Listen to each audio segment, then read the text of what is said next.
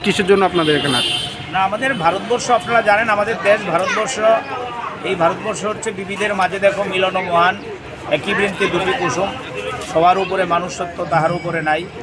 এবং এই ভারতবর্ষে ধর্ম যার যার, উৎসব সবার। আমরা ঈদের উৎসব, দুর্গা উৎসব, আমাদের দীপাবলি উৎসব, আমরা মনে করি মানুষ সব উৎসবে আনন্দ করবে, ধর্ম এখানে পেছনে থাকবে। এবং আমাদের এলাকায় আপনারা জানেন যারা মুসলিম সম্প্রদায়ের লোক, তারা এক মাস ব্যাপী রোজা শেষে আগামী 31 তারিখ ঈদের উৎসব, তারা রমজান মাস হিসাবে এটাকে পালন করে। এই এলাকার নাগরিক হিসাবে, এই এলাকার আমরা প্রগতিশীল মানুষ হিসাবে দেখেছেন আপনারা, দলমত নির্বিশেষে সবাই এখানে এসছেন।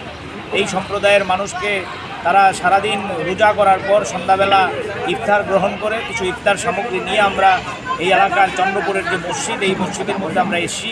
এবং লক্ষ্য করছেন এখানে হিন্দু মুসলিম সবাই মিলে আনন্দ করার জন্য তারা প্রস্তুতি গ্রহণ করছে। আমরা বার্তা দিতে চাই, আজকে যখন দেশের মধ্যে ধর্মের নামে, মসজিদ মন্দিরের নামে মানুষকে আলাদা করার চেষ্টা হচ্ছে, আজকে যখন ধর্মের নামে রাজনীতি মিশিয়ে দেওয়ার চেষ্টা হচ্ছে, আজকে যখন হিন্দুত্ব এবং মুসলিম খ্রিস্টান এসবের নাম করে ভোট কিনতে চাইছে, তখন এই ধরনের উৎসবে সবার মিলন হচ্ছে অত্যন্ত গুরুত্বপূর্ণ ঘটনা।